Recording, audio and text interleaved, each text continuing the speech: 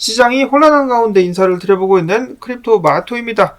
어제까지만 해도 분위기가 굉장히 좋았었는데 오늘은 어떤 일들 때문에 이렇게 하루아침에 뒤집어진 것일까? 이 반전의 이유 살펴보도록 하겠는데요.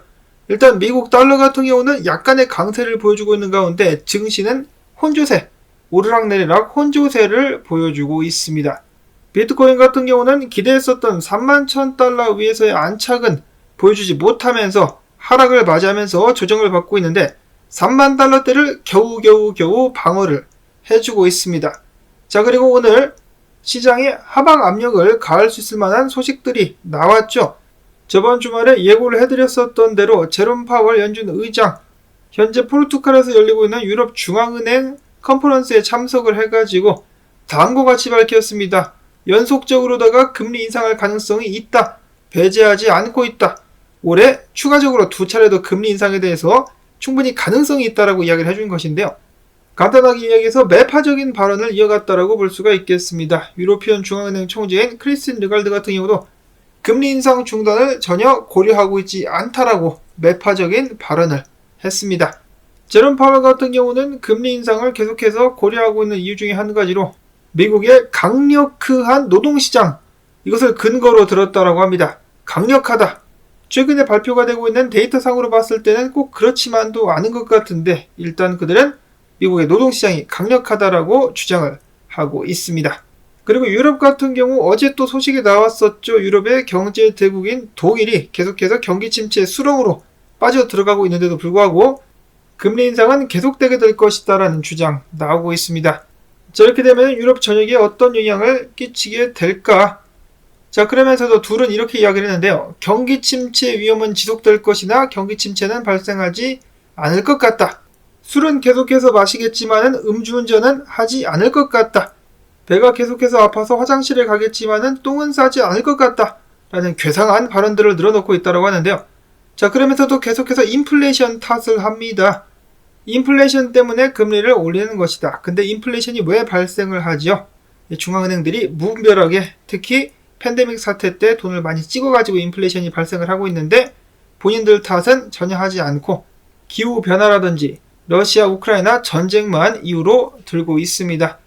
정말 비겁하고 간사한 종자들이 아닌가 라는 생각이 드는데요. 자, 이처럼 매파적인 발언이 쏟아지고 있는 가운데서 그가 비트코인 매수 발표를 하면은 비트코인 가격이 떨어진다 라는 징크스를 가지고 있는 마이클 세일러가 이번에 또 발표를 합니다. 마이크로스트레러지가 평단 28,136달러를 들여가지고 12,333개의 비트를 추매를 했다. 그리고 정말 우연찮게도 해당 소식이 나오자마자 비트코인 가격 꼬라박고 있죠. 자, 샌드위치로다가 매파적인 발언과 마이클 세일러가 비트코인 가격을 끌어내리고 있는 것이 아니냐 라는 불만의 목소리가 터져나오고 있긴 한데, 자, 근데 물론 비트코인이 조정받을 자리이기도 하고 결국 정을 못 뚫었기 때문에 이런 식으로 흐르는 것은 자연스럽다라고 볼 수도 있겠습니다. 근데 타이밍은 참 진짜 기가 막히게 잘 맞추고 있네요. 나올 때마다 떨어진다.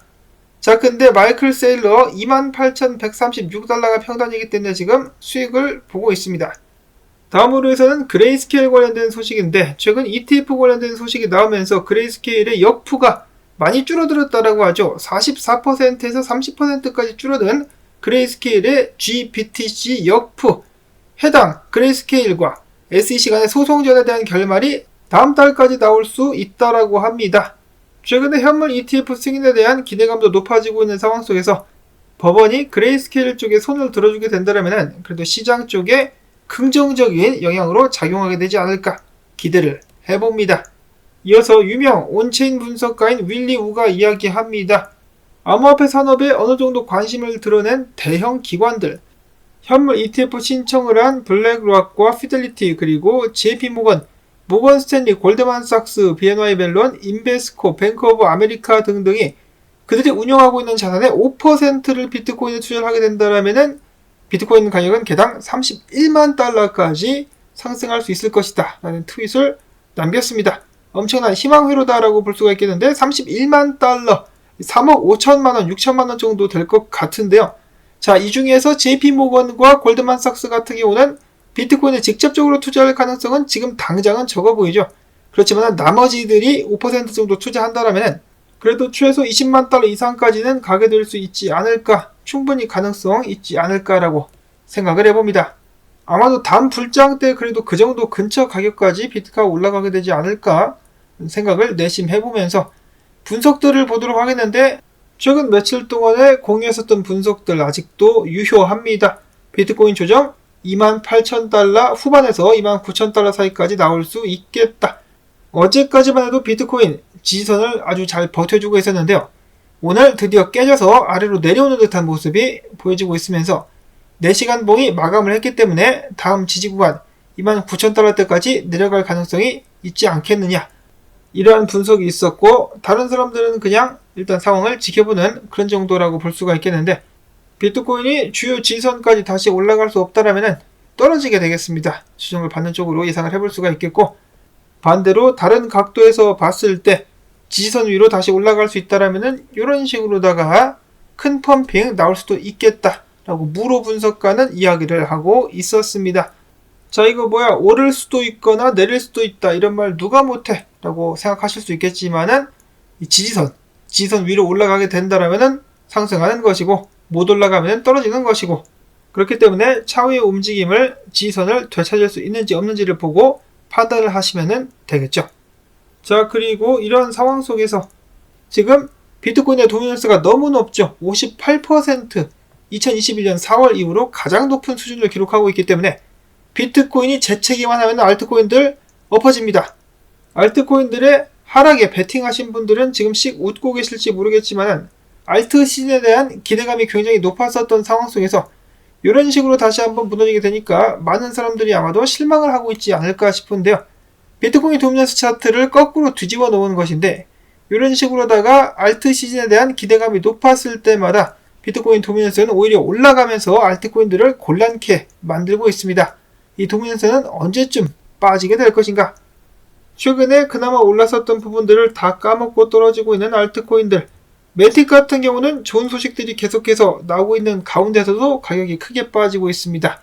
매틱의 폴리곤 랩스가 이번에 글로벌 엔터테인먼트 회사인 워너그룹과 파트너십을 맺게 되면서 폴리곤 네트워크의 차세대 블록체인 음악 프로젝트 및 딥 온보딩을 목표로 음악 엑셀러레이터 프로그램을 시작하게 될 것이다 라고 밝혔는데, 가격은 요지부동 오히려 떨어지고 있는 안타까운 상황.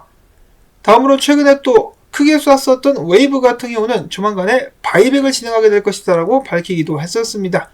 이러한 소식이 웨이브 가격 상승에 영향을 줄 수 있을지. 자, 그 다음으로는 최근에 EXDM 관련된 코인들이 펌핑을 하고 있다. 그 중에 비트코인 캐시가 많이 올랐죠. 많은 사람들이 어리둥절을 하고 있었는데, 여기는 안베사라는 사자머리 분석가는 이렇게 예측을 하기도 했었습니다. 다름 아닌 마운트 곡스가 배상을 할 때 배상으로 받을 수 있는 코인 중에 하나가 비트코인 캐시인데, 이 때문에 비트코인 캐시를 좀 더 비싼 가격에 팔기 위해서 펌핑을 주고 있는 것이 아니겠느냐. 정말로 그런지 어쩐지 시간을 두고 기다려보면 알 수가 있겠는데, 비트코인 캐시가 갑자기 너무 많이 오르는 것이 좀 이상하기는 합니다.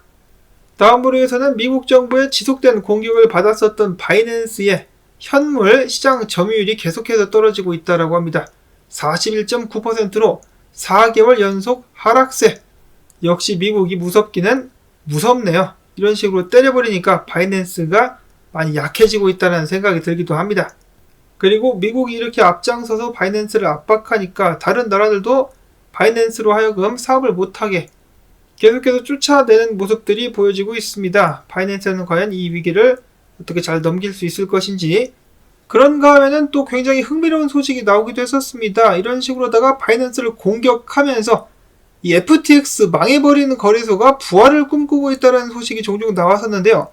FTX가 재출시를 하기 위해서 하는 과정 속에서 이런 사업권이라든지 그 모든 것들을 월가 쪽에 넘길 수 있다는 예측이 나오고 있습니다. 즉 월가가 FTX를 접수하게 되면서 바이낸스를 누르면서 이런 식으로다가 통제권을 가져가게 되는 그런 그림이 아니겠느냐. 그와 동시에 샘 뱅크마니 같은 경우도 유유히 빠져나가게 되지 않을까. 온갖 더러운 계책과 권모술수가 난무하고 있는 코인판. 과연 월가가 FTX를 접수해가지고 재출시를 하게 될 것인지 지켜보도록 하시면서, 오늘 공유한 정보들 여러분들께 도움되셨다면 얼른 조정 끝내고 상승 가져야라는 의미에서 광고 영상 한 편만이라도 마지막까지 틀어주기 꼭 부탁을 드립니다. 한 분 한 분의 도움이 모여가지고 큰 힘이 됩니다. 자, 그럼 저는 다음에 새로운 소식 가지고 또 인사를 드릴게요. 안녕히 계십시오.